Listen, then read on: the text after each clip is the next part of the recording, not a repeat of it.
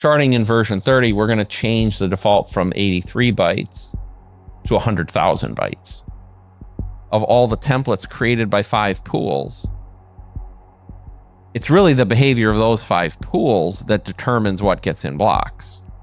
Yeah. The protocol is forcing me to give a 75% discount to somebody, no matter how much they use. People talk about a chain split. I think it will happen. If the Coinbase transaction we get is, let's say, from the RDTS chain, but Coinbase doesn't view that as the viable chain, well, yep, we got to find somebody who does.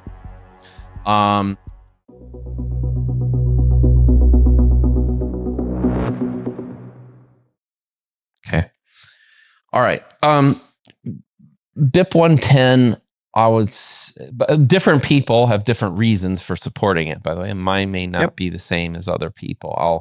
I'll give you mine, and I'll try to steelman a few others. But I would say it's a collective response from a group that objected to the policy changes promoted by Bitcoin Core starting with version 30.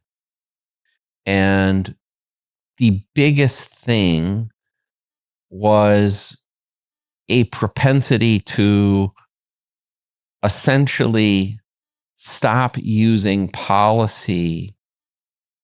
So traditionally what would happen is so there's an option for something called op return. For those less technical in the audience, think of it as if you were writing a check. I was writing Nathan a check for $100 because I was buying his bicycle, like old school check, right? I would have in a memo field, and I could say a note to myself, buying Nathan's bike, something like that, right? So Bitcoin has the same opportunity. And there are historical examples like, Chancellor on the Brink and different times when people have used that field to put what I think a lot of people would call data into the blockchain. Okay. And so it historically was restricted to 40 bytes. And then a few versions ago, it got changed to 83 bytes. I think most people find that that's fair, like not really a problem, and useful. Like I think that the example I just gave, if instead of writing Nathan a check, I was buying his bicycle, we were using Bitcoin, and I wanted to, for whatever reason, make a note I was buying his bike, I could do that, right? It would cost me a little extra because that makes the transaction larger, and the fee structure is based on the size of this transaction. Now, Bitcoin is set up so that, and so that was called policy, or sometimes it's called the standard. And the nodes that when you would create a node with a Bitcoin Core client, that's the way the standard was set. That also meant that as your node was running, if it saw transactions being broadcast to it that violated that rule, they would not rebroadcast them. They would not enter the mempool of that node, and they would not rebroadcast them. Okay. So what did that mean? Well, there's something called consensus in Bitcoin, which is different. So it says, like, what is the largest transaction that could be created and be considered part of a valid block? Okay.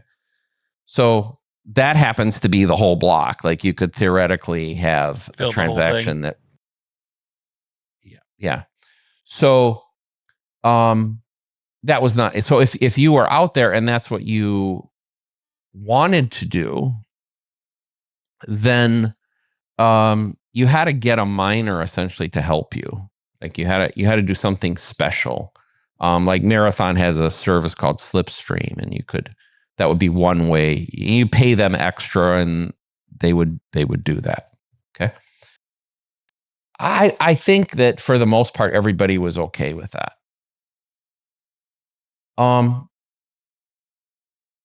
What it meant, though, was that different nodes could be configured so they had different mempool policies, and we could move certain transactions may or may not get propagated through the network, depending on it. There were several services outside of Slipstream, for instance, something called Libra Relay, written by Peter Todd, that was a group of nodes that said, well, we'll relay everything. Like we'll try to get, like, they're, I'll try not to be critical. Just say like, well, they just wanted to say like, hey, we're going to enable the maximum freedom. So anything that is considered consensus valid, we'll propagate it. Yeah. Set up preferential peering and make their own little way through. Right. Okay. So those nodes got set up that way. What kind of happened though was when SegWit and then Taproot were activated, certain things happened. One of them was that the opportunity to create data in places other than OpReturn also came about. And so things like ruins use the OpReturn, but then other things like ordinal inscriptions, primarily the inscription movement, used what I would consider to be an exploit of the window opened by SegWit and Taproot. Yeah. Okay, and so the thing we talked about earlier, where the 38 Bitcoin or whatever the number was got in fees, was because people were doing those sort of things. Well, it got to the point where I think the development community basically looked at it and said, well, everything is ultimately getting through. So these policy restrictions of like 83 bytes really were meaningless because everything is getting through. So starting in version 30, we're going to change the default from 83 bytes to 100,000 bytes.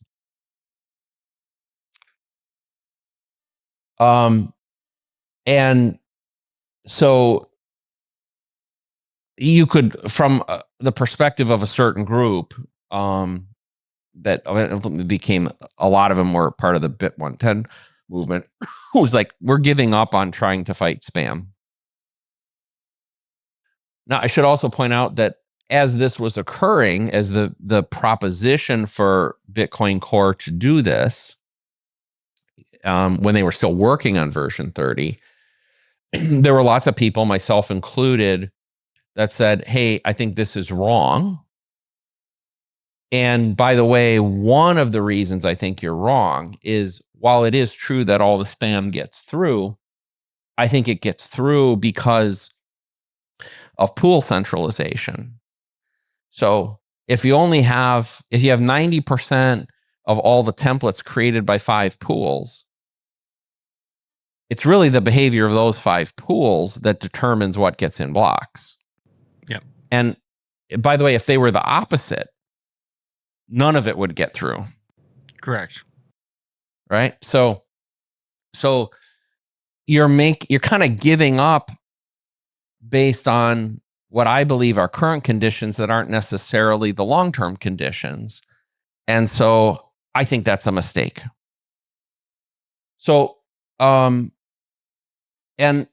the manner in which Bitcoin Core, I think, rejected the input of me plus a whole bunch of other people, it's not about me, but I'm just representative of one group of people, was somewhat offensive, felt kind of flippant. Um, we didn't see the need for why now. They have other reasons that get somewhat technical. Interestingly, a lot of them had to do with them, something called compact block relay, which we don't need to talk about, but let's just say it's a creation that I think is cool and that will work better. It doesn't mean it doesn't, it will work better, honestly, with this policy, but the benefit is trivial to the small miner. And I,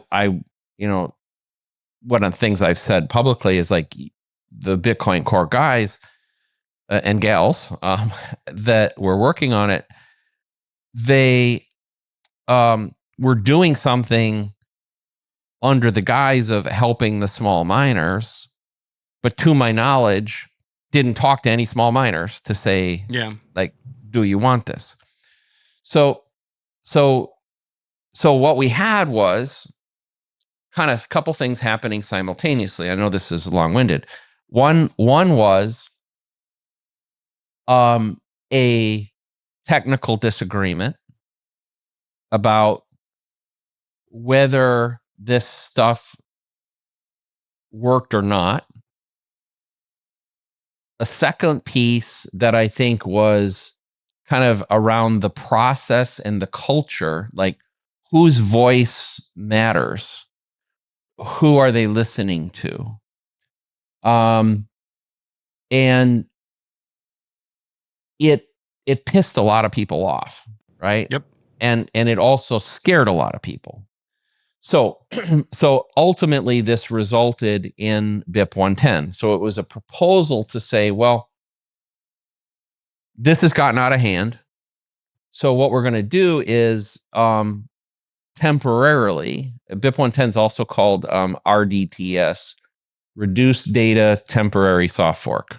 So what it does is say, we will change consensus for a 1-year period of time and reduce it to 256 bytes of what's called arbitrary data. It's kind of that memo field I talked about. So you could still do it, but you do it within reason. It gives us time as a community to hopefully come back and actually have a dialogue about where to go in the long run. So for me, that's a big part of it. The second part of it for me is that there's something called the SegWit discount. So when we saw the arbitrary data that was going in move from op return over into this Taproot script, what happens is the users of that method get a 75% discount on the block space that they use. So that's called the SegWit discount. Probably a lot of people have heard of it. That's basically what happens. I'm like, well, if we go back to earlier, my job is to produce block space. So this is like a really bad thing. My job is to produce block space. Yet the protocol is forcing me to give a 75% discount to somebody, no matter how much they use. And I want to see that changed. The third reason, which I'm less concerned about, but some of the people that are BIP 110 proponents feel very passionately about, is the risk that a transaction, including CSAM, is a child or even just normal, sexually explicit materials or very offensive materials, becomes higher. I think that's less of a risk than others, but some people view it as even like an existential issue. So that happened. So hence we have BIP 110. Well, BIP 110 activates at block height 961632. It's roughly mid-August. 35. Yeah. Excuse me? It's roughly mid-August, yes? Yeah. Yep. So what happens is somewhere around 15% or 20% of the nodes in the network today say that they support BIP 110 and they're configured such that after that date, they will only accept blocks which also signal support for it. Yep. And then we have 80%, roughly, we'll just use round numbers right now, that appear to say they will accept blocks either way, because a BIP 110 compliant block is compliant with what quote unquote the normal chain or the current chain. However, it presents a real issue for miners, because we have to decide, starting at that block height, what blocks do we accept? So if when we hit that block height, let's say Foundry produces a block that is not compliant with BIP 110, and at a similar time, another miner produces one, maybe slightly later even, that is compliant, but it's the same block height, well, we have to decide which block to build on after that. Yep. And so you could have miners. I think this will happen. Okay, so people talk about a chain split. I think it will happen.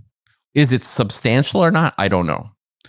So I think what will happen is there will be some miners that build only on blocks signaling for BIP 110, and there will be others that will accept either. However, as soon as they start building on different blocks, you have a split. So it's a real conundrum for the miners. I don't think it presents a node risk. We can talk about that, and to users.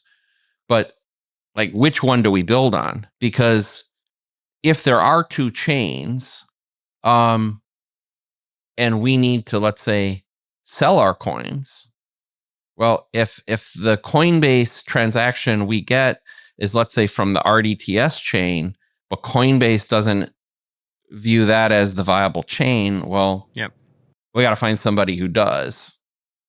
And by the way, vice versa, same thing. Like, it can go either way. And I think we're at a point now where I'm trying to be as unemotional and as level-headed on this as possible. I think we're at the point where there are factions on both sides that are very obstinate in their position. Maybe that's the wrong word. Very tied to their position, such that they will go.